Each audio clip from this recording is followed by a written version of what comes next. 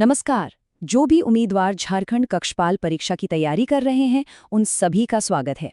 आज हम इस परीक्षा के सिलेबस को समझने के लिए एक स्ट्रेटेजिक रोड मैप तैयार करने वाले हैं। तो चलिए, इसमें जरा गहराई से उतरते हैं। हर उम्मीदवार के मन में सबसे पहला और सबसे बड़ा सवाल तो यही होता है ना, कि भाई तैयारी शुरू कैसे की जाए। सिलेबस इतना बड़ा है, कहाँ से शुरू करें और किस पर ज्यादा ध्यान दें। अच्छा, तो आज के इस विश्लेषण में इन सभी सवालों के जवाब मिलने वाले हैं। देखिए, इस मिशन को पूरा करने के लिए हम 5 पड़ावों से गुजरेंगे। सबसे पहले तो परीक्षा का पूरा फॉर्मेट समझेंगे, फिर एक-एक करके तीनों पेपर्स का एनालिसिस करेंगे और आखिर में सक्सेस के लिए एक ठोस रणनीति पर बात करेंगे। देखिए, किसी भी जंग को जीतने के लिए ना पहले मैदान को समझना बहुत जरूरी होता है। तो हमारी पहली कड़ी है परीक्षा का पूरा ढांचा, इसका पूरा स्ट्रक्चर। तो यहाँ पर पूरी तस्वीर एकदम साफ हो जाती है। इस परीक्षा में कुल 3 पेपर होंगे और हर पेपर के लिए पूरे 2 घंटे का समय मिलेगा। ये जो ढांचा है ना, ये असल में 3 अलग-अलग क्षमताओं को परखने के लिए बनाया गया है। पहला, कम्युनिकेशन स्किल्स, दूसरा स्थानीय जुड़ाव और तीसरा जनरल अवेयरनेस। और याद रखिए, ये जो अंकों का बंटवारा है, यही तैयारी की दिशा तय करेगा। चलिए, अब पहले पड़ाव पर चलते हैं। पेपर 1। ये सिर्फ एक भाषा की परीक्षा नहीं है, बल्कि ये कम्युनिकेशन स्किल की पहली और सबसे अहम कसौटी है, जो इस पद के लिए बहुत ही जरूरी है। 120 अंक, ये नंबर ही इस पेपर के महत्व को साफ साफ दिखाता है। इसमें अच्छा स्कोर करना बहुत जरूरी है, क्योंकि यही आगे के लिए एक मजबूत नींव बनाता है।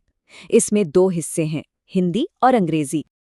तो हिंदी वाले हिस्से में मुख्य रूप से समझ, व्याकरण और शब्द ज्ञान को परखा जाएगा। मतलब अपठित गद्यांश, जिसे हम कॉम्प्रिहेंशन कहते हैं, उससे लेकर संज्ञा, सर्वनाम जैसे व्याकरण के बेसिक कॉन्सेप्ट्स और मुहावरों तक हर पहलू पर ध्यान देना होगा। और दिलचस्प बात यह है कि अंग्रेजी का पैटर्न भी बिल्कुल हिंदी जैसा ही है। यहाँ भी कॉम्प्रिहेंशन, ग्रामर जैसे कि नाउन, प्रोनाउन, वर्ब और शब्द ज्ञान यानी सिनोनिम्स, एंटोनिम्स पर सवाल होंगे। तो इसका मतलब ये हुआ कि दोनों भाषाओं में एक बैलेंस तैयारी करनी जरूरी है।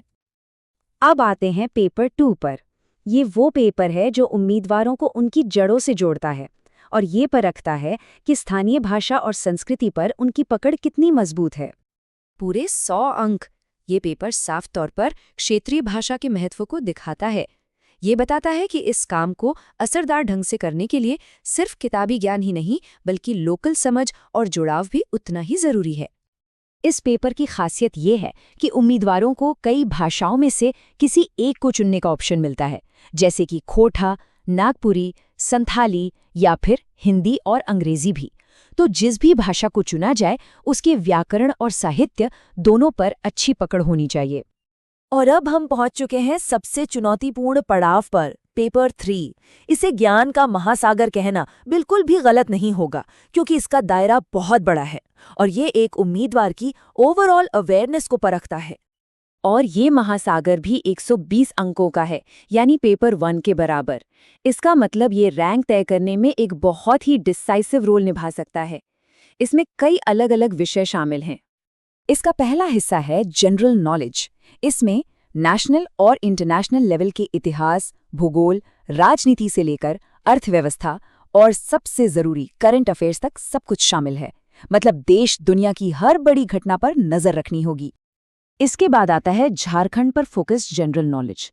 इससे साफ हो जाता है कि राज्य की विशेष जानकारी कितनी ज्यादा महत्वपूर्ण है।